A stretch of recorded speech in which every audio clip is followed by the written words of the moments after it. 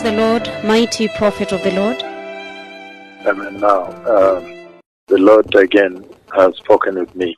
There is this baptism of all the bishops of the National Council of Bishops that will take place.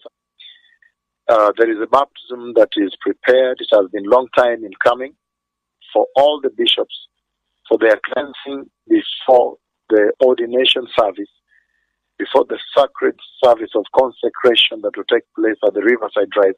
And the ministration will be done by he that speaks with you, the servant of the Lord, the mighty prophet of the Lord himself. However, now, this past night again, the second visitation is when the Lord showed me that I am inside the baptism pool, baptizing the bishops. And while I am there, a great visitation takes place inside that pool.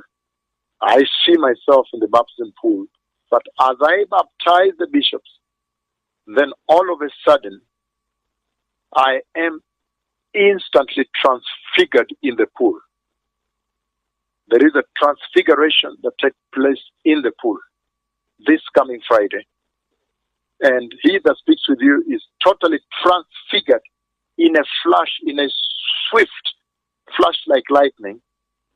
And I can see the outline of my hand and all the garment and all that within that transfiguration in tremendous glory. And then after that, I got transfigured back.